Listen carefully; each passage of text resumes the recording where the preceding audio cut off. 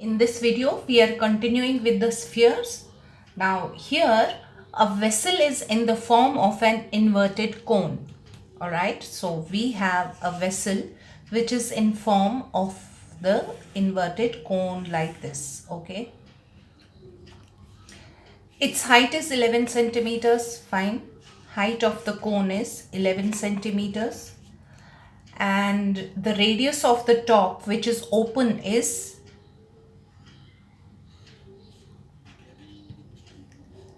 okay, let's keep it capital R, 2.5 centimeters, and it is filled with the water up to the brim. So water is filled up to the brim here.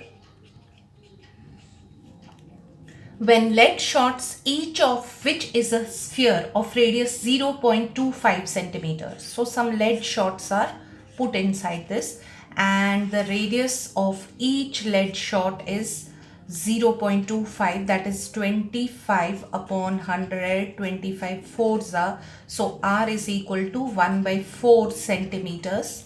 Alright, are dropped into the vessel. 2/5 of the water flows out. Now because of these lead shots, 2/5 of the volume of water inside this conical vessel flows out.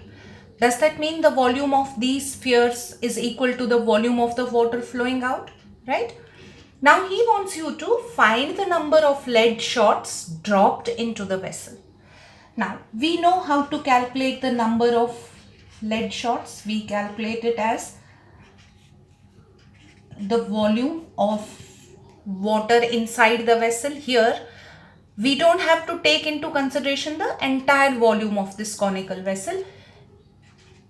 We have to take into consideration the 2/5 of water which is coming out because of these lead shots when you are dropping these lead shots inside this conical vessel, right? Into, you can write that 2/5 of volume of water in the conical vessel divided by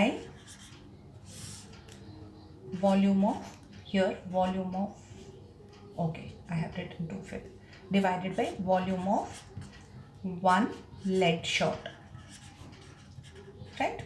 All right, now since the vessel is in the conical shape, so water will take the shape of the cone. So that is 2/5 into 1/3 pi R, we have kept capital R square, and H divided by lead shot is a sphere, so 4/3 pi R cube, right? So this 3 and this 3 will go, pi and pi will go, this 5 will come down, so we are left with 2 R square H upon this 5 into 4 into R cube, right? So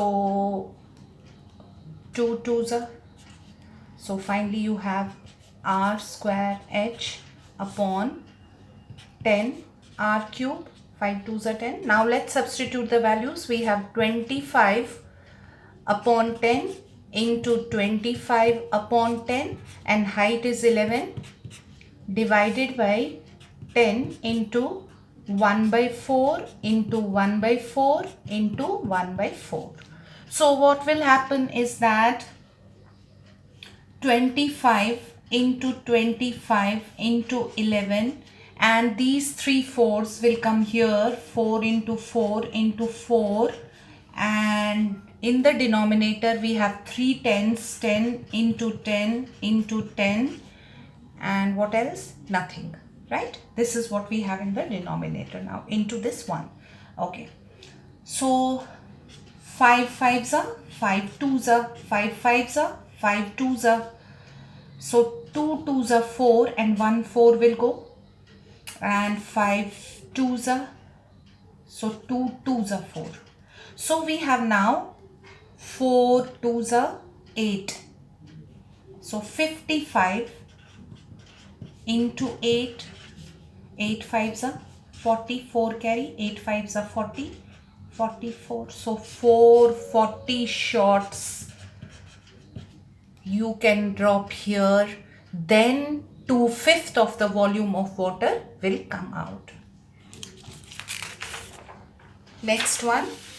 In the next sum, we have a spherical shell of lead, right, whose external and internal diameters are 24 centimeter and 18 centimeter.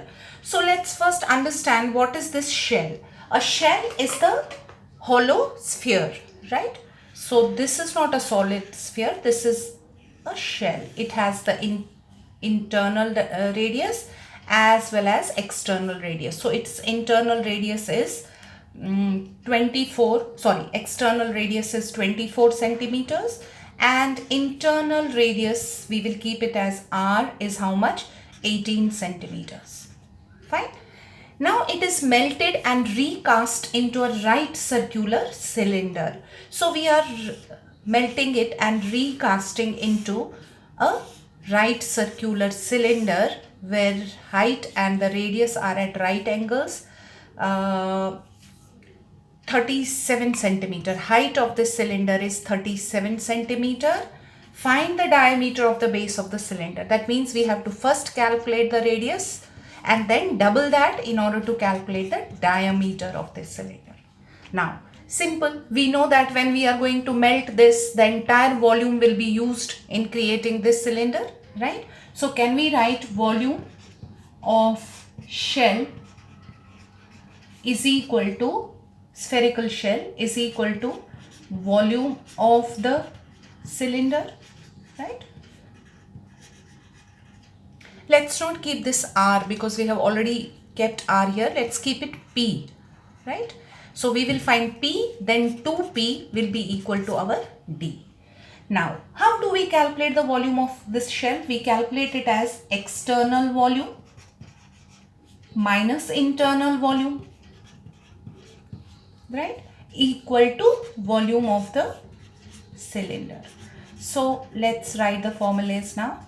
External volume is 4 by 3 pi r cube minus 4 by 3 pi r cube equal to volume of cylinder is pi p square h, because we have kept the radius as p square h. Fine. Okay. Now here you can take 4 by 3 and pi common. Is pi given 3.14? No. So what will we get inside? R cube minus R cube equal to pi p square h. Pi and pi will go, right? So we are left with 4 by 3. Let's substitute the values. What is my R cube here? Diameters are 24. So this will be 12, right? These are diameters. So this will be 9. R will be 9. You have to be very careful here. You have to look for this. So 12 whole cube minus this will be 9 whole cube equal to p square into height of the cylinder is given 37. Fine. So this will be 4 by 3. 12 cube is 1728 and 9 cube is 729 equal to p square into 37. Now when you subtract this, this will become